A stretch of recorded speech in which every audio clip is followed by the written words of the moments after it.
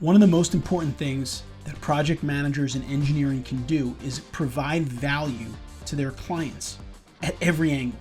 In this episode of the Engineering Project Management Podcast, I'll be talking with Scott West, a mechanical engineer from HFA in Fort Worth, Texas. And Scott's going to give us a lot of insights into how to add value, how his MBA helped him as a project manager. And in the PM Pitfall at the end of the episode, he's also going to tell us about a big mistake that most PMs make when estimating the fees for their projects. They forget to add this one thing in. Let's jump right in with Scott West.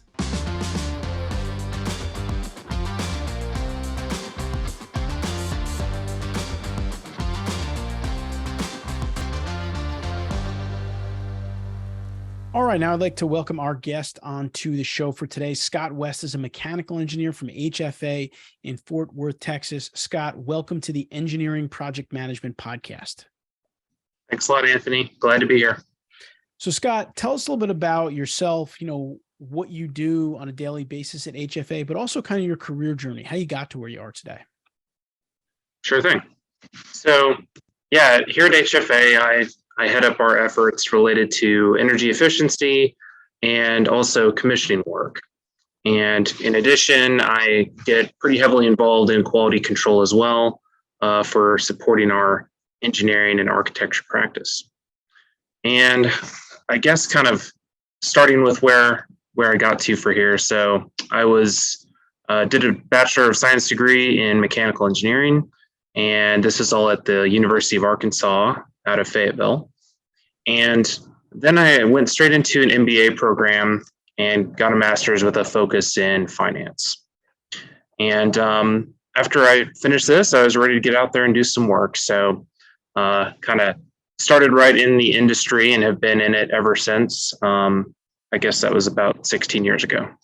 Wow, that's great.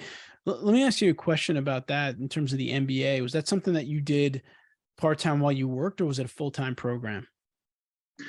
At least for me, I went and did a full-time program and just kind of decided I wanted to have that, that business knowledge in addition to the technical. And so I decided it would be a lot easier to just get it done when I was young and life was simple, and just kind of knocked it out.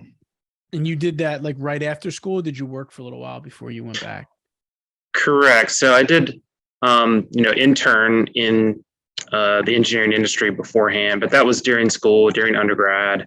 And then as soon as I finished that program, I started in with the MBA the following fall.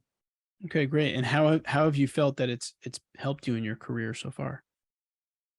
Oh gosh. I think it has definitely helped. So I kind of feel like I understand what a lot of owners are trying to do, folks that I deal with that are either developers or property managers. And I can kind of have an added perspective of what they're trying to achieve. And same with project managers too, because I started out in, just technical work for the most part, starting out and working for other project managers. And I feel like having that business background, at least at a minimum, gave me an understanding of what everyone was trying to work towards. And kind of as I've matured as an engineer over the years, it's something that I kind of can draw from more and more, I found. That's great. I think that can be a real value add if you can think like the client a little bit or the owner of your projects, right? Get into their minds a little bit, understand the back business side of it. I think that can almost make you a more valuable consultant, right? Because you're thinking like them, and which means you can kind of help them. So I think that's great. And one last question I'll ask you before we kind of dive into project management here is, how did you select building commission? Like, how did you know you wanted to get into that field, buildings, commissioning from your undergrad? Well, actually, that's not really how I started. So I started out doing mechanical design for more conventional heating, ventilation, air conditioning, as well as plumbing. And after a couple of years, I started to kind of gravitate towards energy efficiency and sustainability.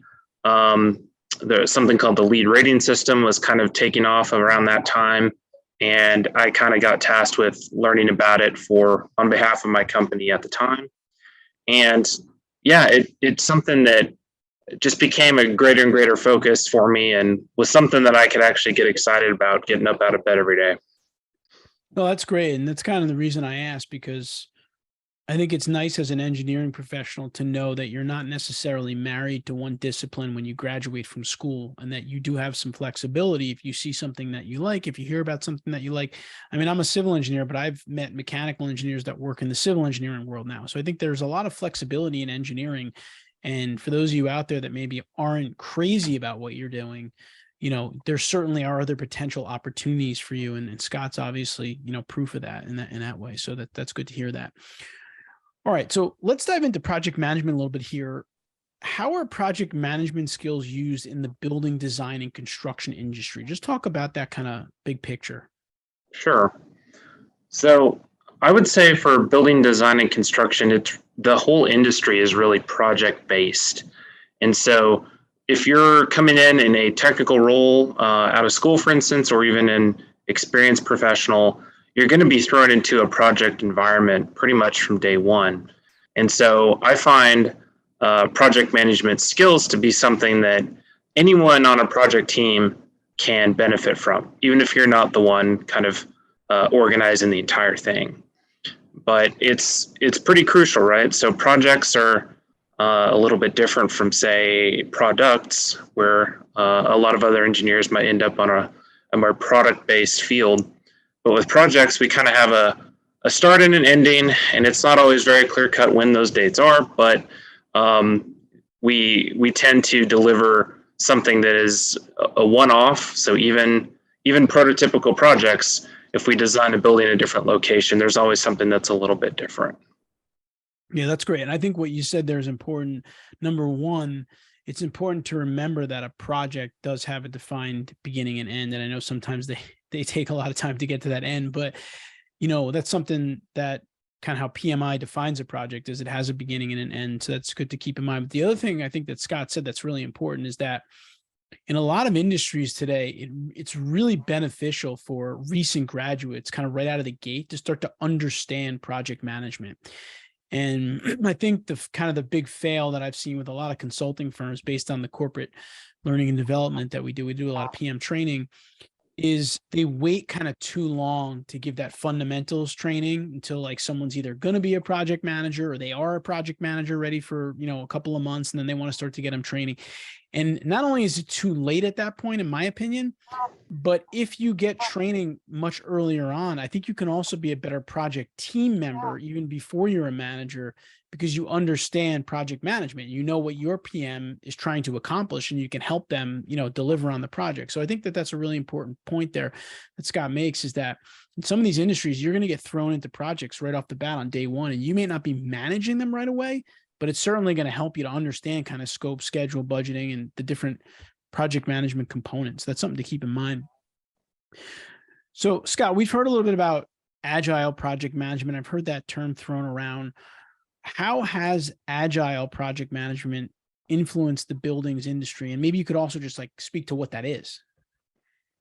Sure. Yeah. So I think Agile has really had an impact in the project management world, and that's primarily been within the last 10 years or maybe even 15. But the origins for Agile are kind of different. People think different things about the origins of it, but I would say, generally speaking, it came out of the software world and has made its way into other industries to varying degrees.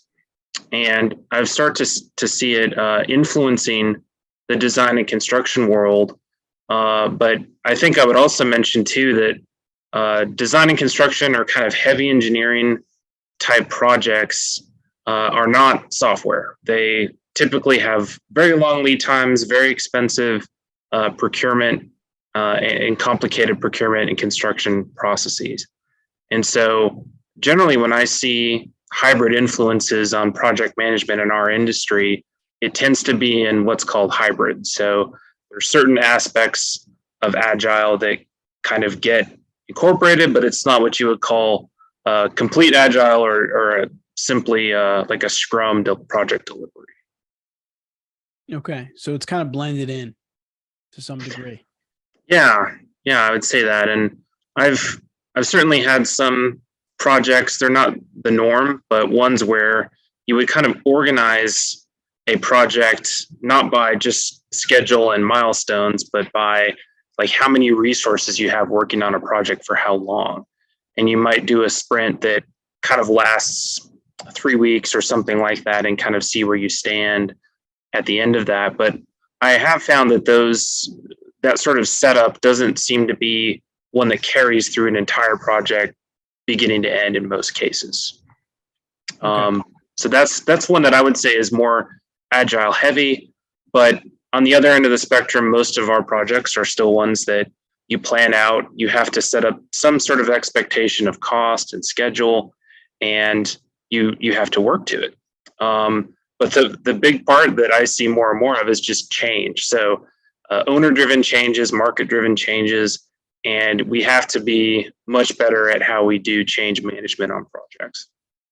Yeah, for sure. And so for those of you out there, kind of that haven't really heard that much about agile project management, I mean, one of the ways that it's defined is it's an iterative approach to delivering a project throughout the life cycle. So Scott mentioned it's used a lot in software, where software teams will kind of sprint on a piece of the software. They're designing, they're sprinting, they're trying different things, they're breaking things, they're kind of over and over.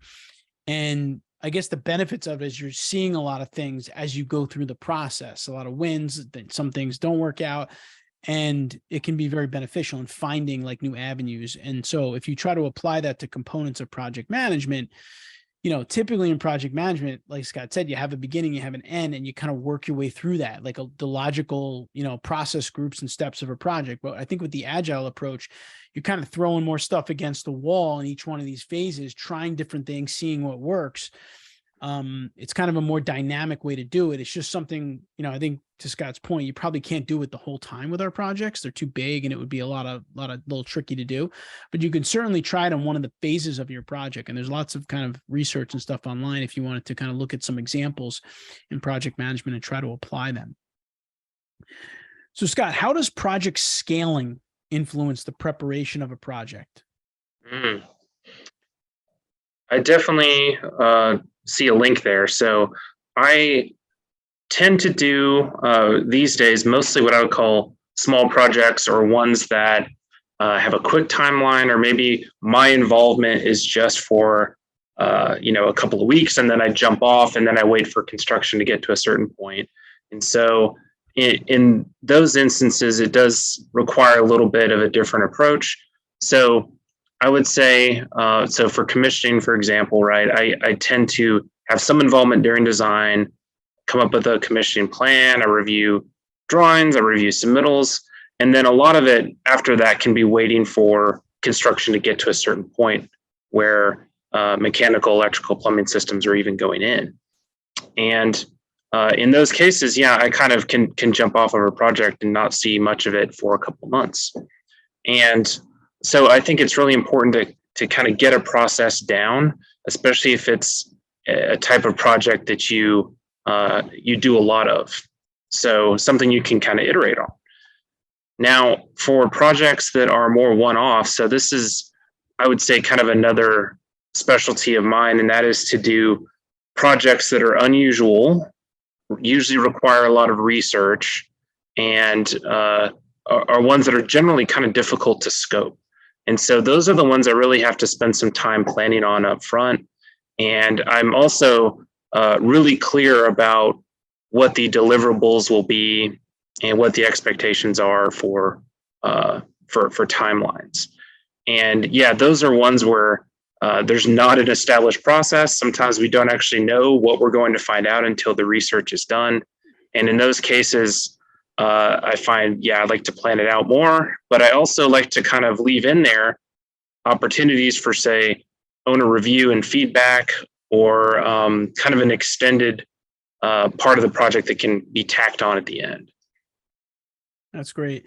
Yeah, I think this is a really important part of project management, because kind of every project tends to be different in some way, but I think there are projects that are similar in nature. You have different similar types of projects that you can run into.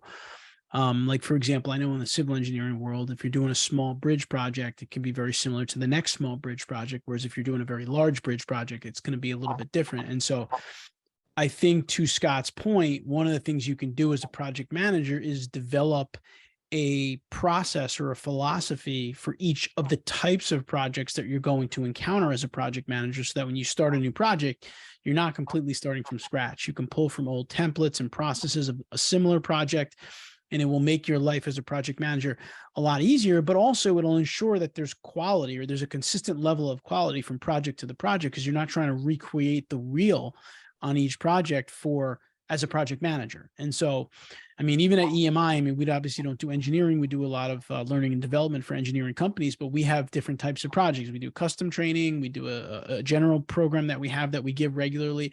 And when we get a new project, we have kind of a template of steps and checklists that we need to do for that project that we can start from and build off of that and then work around that. Now, one of the things that you mentioned a little bit there, Scott, in your answer was scoping, and project scoping and proposals are really important parts of a project early on in a project. So how do you approach project scoping and proposals in the work you do? Definitely. Thanks. So yeah, with scoping out projects and putting together fees and schedules, that's something that I always like to put some thought into. So even a small project, I'm usually going to plan out at least an hour or two sitting down and going through numbers. And if it's a process that you know well, you may be able to kind of go through some of those checks quicker. Certainly, the more unique the project, the more time and consideration you'll probably want to give it, and maybe even ask others for a bit of quality review, even in project setup. And so I know with putting together fees, I do like to kind of use two approaches if I can. So the bottom up approach, right, where you're going through and you're individually coming up with tasks, and you come up with, okay, this task is 24 hours of effort. This other task is this much, and the phasing of it. Does this one need to be finished before task 2?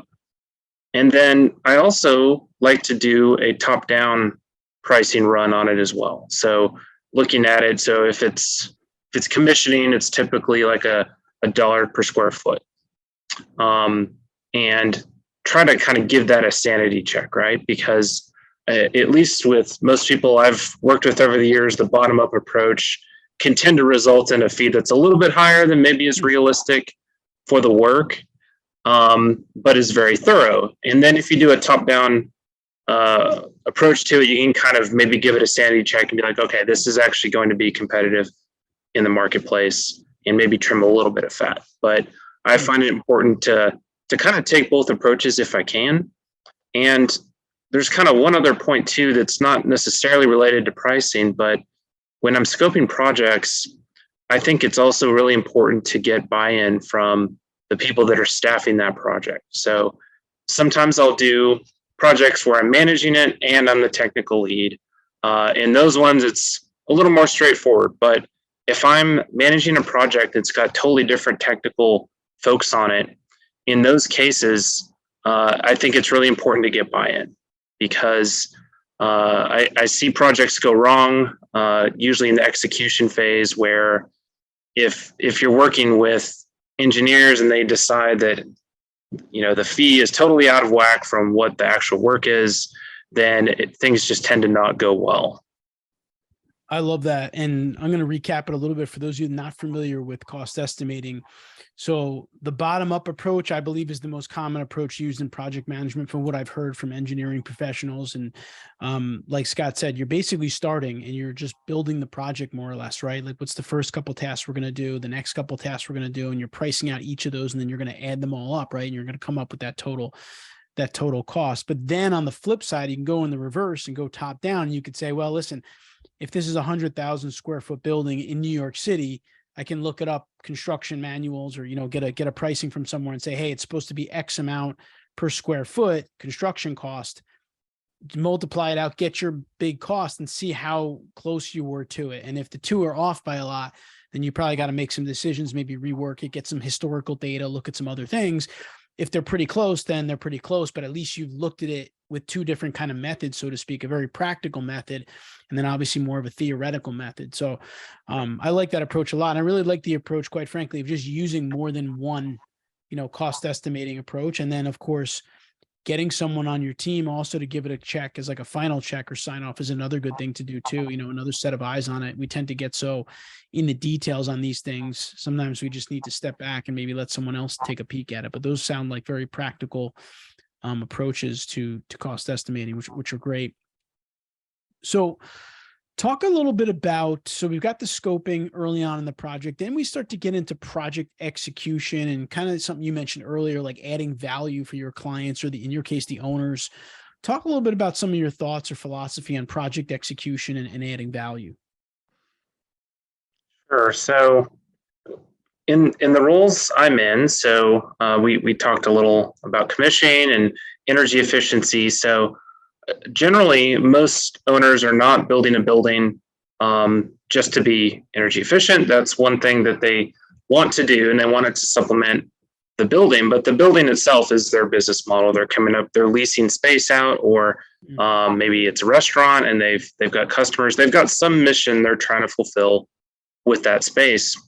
And so I try to take the approach of trying to always make an improvement on those projects I'm involved with. And sometimes that involves a smaller role. Sometimes that's a more major role. So with commissioning in particular, I actually can kind of throttle up or down a little bit based on the quality of the contractors on the project. So are they doing a good job with workmanship? Are they struggling with one of the trades, or integrating controls in one aspect? And I can kind of course correct a little bit. And so I always want to stay in front of them and still communicate as we go through construction.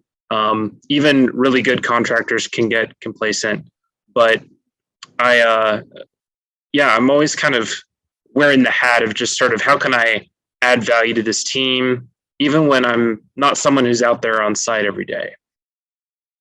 No, that's great. And I think that you always want to add value, I think, in anything you do as a project manager, really as a professional. But I think that one thing that's another kind of a challenge or a fail that I've seen with a lot of consulting firms as well is they talk a lot about, as to be an effective project manager, you need to manage the project to the scope, schedule, and budget. And I agree with that. And I think that's fundamental. I think it's very important. But I think there's another thing you need to do, which is focusing on your client satisfaction, right? I kind of feel like those are the two things that project managers need to do: scope, schedule, budget, and client satisfaction. I think sometimes we forget the second one, or we forget to teach, especially younger PMs, about the second one. And to me, I mean, that's critical, because you could manage the project to scope, schedule, and budget all you want, but if the client's not happy for whatever reason, they're not going to come back to you. And in the world we live in, quite a bit of our work is repeat work, right? Repeat clients. And so I just would say, for those of you out there, that kind of adding value that Scott has talked about a couple of times now so far in our conversation is, I think, one of the most important things you can do as a project manager. And as much as I highly recommend that you get up to speed on all of the, PM tactics and strategies in managing scope, schedule, and budget, and doing the estimating like we talked about in the scoping, it's all critical. I mean, we do a lot of training on those things, but you also need to remember that the client has to be satisfied with the project, or else, you're not going to have a lot of projects going forward. So keep that in mind as you move forward. All right. So Scott, one more question I got for you here before we go into our final segment, which is, what are some of the bigger lessons that you've learned as a project manager that you can share with the PMs out there that are watching? Sure. So I guess one thing that I would recommend, and I don't know if it's obvious or not, but I'm kind of an introverted individual, typical engineer, right? I'm perfectly happy plugging away in my machine doing spreadsheets, right? But one thing I've found is that when a project doesn't go well or it fails, it occasionally is a technical issue, but more often than not, I found it's from project management related issues, not managing expectations properly. And one of the biggest ones I see is just, if you have a problem on a project, an issue comes up. With design and construction, long timelines, expensive equipment and building materials, is that when issues come up, they don't really do better with age. The sooner you can bring things in front of owners, contractors, other designers, and being like, hey, there's a problem here, we need to find a fix for it, that it almost always turns out better for everyone involved. And sometimes it's not a fun thing. You might go there and be like, hey, we really underbid this project. The scope is like way more than we thought it was. And those are not always fun conversations to have. But in my experience, if there's a problem like that and it's a real problem, then it's got to be talked about and addressed. And whether that's with executives internally or with owners, but it's something that almost always tends to get worse with time if you don't address it head on. That's great. No, I love that. I think that having difficult conversations is an important part of being an effective project manager. And again, kind of goes back to what I said before with the client satisfaction. I mean, yes, in the short term, in a conversation, they might get upset with you, but in the long term, I think the relationship's going to be better. The projects are going to be better if you're honest with them and you're, kind of a straight shooter with them, because ultimately you represent them, right? You're doing the job for them. And so they want someone who's honest and is going to tell them what they need to know. And I've always found in my dealings with clients that being brutally honest, even if we mess something up, builds trust with them. And I think in the long term, that's what you really want. All right, we're going to take a quick break, and then we're going to come back and we're going to finish up with Scott in our PM Pitfall segment. We'll be right back.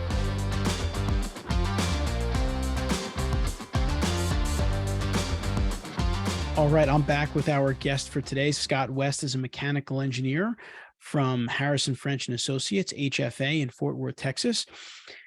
All right, Scott, so to wrap us up for today here, I want to ask you, what's the biggest project management pitfall or challenge that you've seen in your time as a project manager, and how would you recommend PMs either avoid it or handle this situation? Sure thing. So this one is one that I think may seem obvious, but often is not, and that is to actually plan for project management time when you're budgeting out a project, and be sure you're including this, right? So depending on how complex your project is, you may spend 5 to maybe even 10% of a project budget just managing all the bits and pieces, or even coordinating with the owner, vendors, or contractors. And that's especially true for just accounting for meeting time. So I've been on 1 or 2 projects where I was thinking, okay, here's the scope. It's this amount of technical work. I think that it's going to go by fairly quickly, not a ton of work. But then I find out when I get into it that even though my little bit of scope may not be a lot, I'm expected to be at these project teams or construction team meetings, every week or every other week, and the schedule drags on for months. And so even when some of those seem small, I'm like, whoa, I just blew half my budget on meetings. And that's something that can definitely be prevented. And really with a lot of owners, I think some of them don't understand maybe that the reporting that needs to happen or that they're asking for has a real dollar sign attached to it. And in a lot of instances, if you bring this to them, they may be like, oh, well, actually, we don't need you in on every meeting. We can probably just do once a month. And really, I just like to be as straightforward about that to owners and clients as I can, because, yeah, it's a real cost, and we can keep them as informed as they want to be on a project. But it's really just what they're willing to pay for. That's a great point. I mean, I know in the civil engineering industry, a lot of times when we had meetings on projects, we would just have a phase for meetings that was an hourly charge. So like whatever, if the meeting was 3 hours, it's 3 hours. If it's not, however, I think generally speaking, though, to your point, just accounting for project management activities in your projects is so critical in the budget, whether you put a percentage on top of your whole fee for project management, or you have a line item literally for project management activities. But I think it's important because managing the project and engaging in project management activities usually drives the success of the project. So if you're stressed out about the budget and you're trying to cut corners with your PM efforts, you're only going to hurt the project long-term. So I think, again, being upfront with your client and letting them know, hey, we have a little fee in there for our project management, which is going to streamline your project. It's going to make sure that we're saving you money. We're doing value add engineering, et cetera. It's a really important point. So that was a great way to kind of end this off for today. So Scott, listen, thanks so much for spending some time with us here on the Engineering Project Management Podcast. You gave us some really good tips and pointers, and we appreciate the time. Absolutely. Thanks for having me on, Anthony. I hope you enjoyed my conversation with Scott. That last point in the PM pitfall about making sure you include cost for your project management activities is really gold. So many PMs fail to do that, and then they get stressed and they're not managing the project properly. They're trying to cut corners on that. So it's really, really critical. So I hope you took a lot out of some of Scott's advice there. And please consider subscribing to our channel here. We put out videos like this on a weekly basis to help engineers become better managers and leaders. I'll see you next week.